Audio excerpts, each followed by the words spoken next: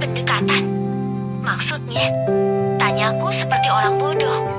Sekuatnya ku sembunyikan rasa bahagia yang kemudian datang menyerang. Angan-angan menjadi kekasihnya pun kini terasa hampir nyata. Bagaimana ini? Bibirku begitu memaksa untuk bergerak membentuk senyuman. Namun hingga detik ini aku masih sanggup menahannya dengan menggigit kuat-kuat salah satu sisi bibirku bagian dalam. Maaf, ini terlalu cepat ku sampaikan. Harusnya bukan hari ini. Kita baru kenal dan masih perlu menyesuaikan diri. Aku paham itu. Tapi karena ada kejadian tadi, aku gak ingin menahan rasa ini terlalu lama. Aku ingin hubungan kita lebih serius dari sekedar teman. Wajahnya begitu serius. Aku kehabisan kata-kata untuk merespon pengakuannya. Dia benar-benar berani menyatakan semua itu secepat ini. Ya, aku tahu. Itu gak mudah. Tapi aku terlalu takut kehilangan untuk yang kedua kalinya. Sambungnya lagi. Kamu pernah kehilangan? Tanyaku di sela-sela rasa bahagia yang menggerogoti jiwa. Untung saja ada topik yang bisa kutanyakan padanya daripada aku hanya diam mematung mereda rasa bahagia. Aku masih gak nyangka. Lelaki tampan yang diam-diam juga kukagumi ketampanannya ini begitu cepat menyatakan semua itu padaku. Ya, dan sakitnya masih terasa. Sahutnya. Wajahnya kini berubah sedih. Aku tahu rasanya, karena aku pun juga masih menyimpan luka dari masa laluku. Aku pun jadi ingat dengan Gilang. Seseorang yang begitu kupercayakan hatiku padanya. Dan ternyata semua sia-sia. Setelah aku menantang ajaran Umi dan Abi bahkan agamaku sendiri. Tapi saat itu aku belum berhijrah. Aku pacaran seperti remaja lain yang ada di lingkunganku. Untung saja Umi dan Abi tidak mengetahuinya. Sekarang, ketika aku sudah memantapkan diri untuk lebih dekat dengan Allah, ujian ini kembali datang. Bahkan dari orang yang tak seiman. Bagaimana mungkin aku bisa menerimanya? Aku tahu itu. Bahkan aku seperti sudah mengenalmu dari buku itu. Aku enggak hanya tahu kisahmu, tapi juga makanan favoritmu, tempat kesukaanmu dan kebiasaanmu. Semua diceritakan di sana dan dari situlah kekaguman ini berasal. Bahkan aku enggak pernah merespon wanita manapun karena aku berharap suatu hari kita bisa bertemu dan saling mengobati luka yang sama-sama tertanam di hati kita. Paparnya. Tapi kita tidak seiman. Lirihku. Andai saja seiman, aku tentu mau menerimanya. Lalu ku kenalkan pada Abi. Dan jika Abi langsung menikahkanku dengannya pun aku mau. Sejauh ini, dia begitu baik, mapan, tampan, hanya perbedaan agama ini saja yang jadi alasan untuk menolaknya. Percayalah, takkan ku rebut kamu dari Tuhanmu. Ucapnya sungguh-sungguh. Tapi dalam agamaku, tidak boleh menikah dengan laki-laki yang berbeda agama. Karena dalam Islam, laki-laki adalah imam dan wanita adalah makmumnya. Makmum harus patuh dan tunduk pada perintah imamnya. Karena itulah, wanita harus hati-hati dalam memilih imamnya. Tidak boleh berbeda agama. Karena imam yang dicari wanita Islam adalah orang yang bisa mendekatkannya pada Tuhannya. Aku mengerti. Lirihnya. Jadi, kita tidak mungkin bersama. Ucapku lagi. Kebahagiaan yang tadi sempat singgah kini berganti jadi duka. Aku sudah tidak bisa berkata apapun lagi sampai dia merespon ucapanku. Andai aku muslim, apakah kamu mau jadi istriku? Tanyanya mengagetkanku. Istri?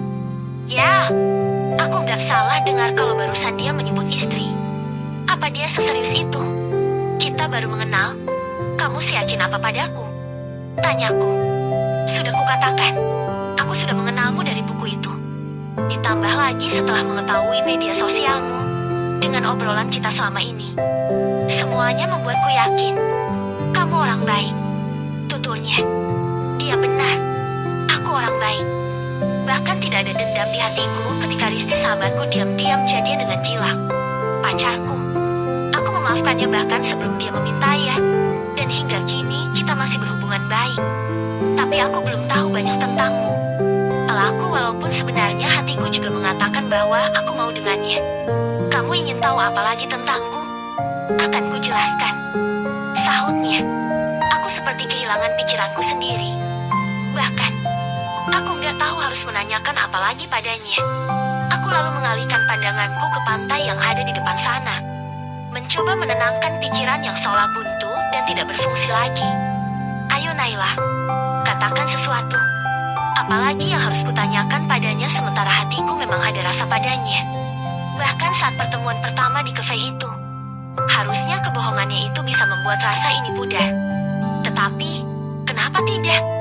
Apa aku sudah dibutakan cinta untuk kedua kalinya? Dia adalah orang pertama yang bisa menggetarkan hatiku lagi setelah kebahagiaanku hilang ditelan seorang gila. Kamu menginginkan sosok seperti apa untuk jadi imammu? Belum sempat kujawab pertanyaannya. Dia sudah melontarkan pertanyaan baru lagi. Yang pastinya seiman, agar bisa meluruskan langkahku jika salah, membimbingku ketika aku kehilangan arah, dan yang pasti bisa mendekatkanku pada Allah. Jawabku, itu saja. Tanyanya sambil terus menatapku yang masih menatap laut. Pasti ada kriteria lain, enggak mungkin hanya itu saja. Imbuhnya lagi. Ya, aku ingin dia bertanggung jawab, bisa menerima kedua orang tuaku. Dia harus setia, penyayang. Hanya itu saja. Aku menengok ke arahnya. Jika aku pindah agama, semua kriteria itu sudah ada padaku. Apakah kamu tidak menolakku jika aku beragama Islam? Tatapan dan ucapannya semakin serius. Ya, sahutku mantap. Aku gak ingin melewatkan kesempatan ini jika memang dia muslim. Gak mudah bagi seseorang untuk meninggalkan agamanya. Karena setelah itu, bisa jadi dia tidak hanya akan kehilangan agamanya saja, tetapi bisa jadi keluarganya, bahkan orang-orang di sekitarnya. Jika dia memang seserius itu padaku, untuk apa aku terus-terusan menyembunyikan perasaanku yang sebenarnya juga ada untuknya? Kami sama-sama terdiam. Entah apa kini yang ada di pikirannya. Pikiranku juga sedang melayang ke rumah. Bersama Umi dan Abi. Kuharap restu mereka ada untuk kami berdua. Jangan sampai, ketika Jason sudah pindah agama, Umi dan Abi tidak setuju dengan hubungan ini. Sebelum aku pindah agama, izinkan aku menemui orang tuamu dulu. Bagaimana? Hanya ini permintaanku. Ucapnya kemudian. Ternyata pikiranku sama dengannya. Aku pun ingin menyarankan itu. Ya, itu lebih baik. Tapi apakah benar? Secepat itu kamu berpikir akan pindah agama? Tanyaku memastikan. Aku memikirkan ini sudah sejak lama. Mantan kekasihku juga muslim. Hubunganku dengannya juga berakhir karena perbedaan keyakinan. Saat itu gak pernah terpikir olehku untuk pindah agama. Tapi kehilangannya ternyata membuatku benar-benar sakit sesakit-sakitnya. Apalagi tidak lama setelah hubungan itu berakhir, dia dijodohkan oleh orang tuanya. Paparnya dengan mata menerawang. Terlihat jelas kesedihan dan kekecewaan kini berpadu di wajahnya. Kamu mengenalnya di mana? Tanyaku penasaran. Di kampus. Sahutnya. Kamu kuliah? Tanyaku lagi. Dulunya, sejak putus dengannya aku sudah tidak pernah menempuh kampus itu lagi.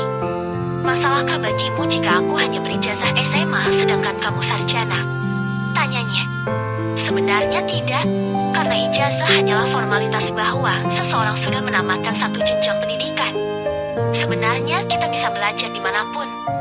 Bahkan yang paling berharga adalah pelajaran hidup, yang materinya tidak diajarkan di pendidikan formal. Aku berusaha meyakinkannya setelah dia berhasil meyakinkanku. Terima kasih, dua hal yang kutakutkan tidak diterima olehmu.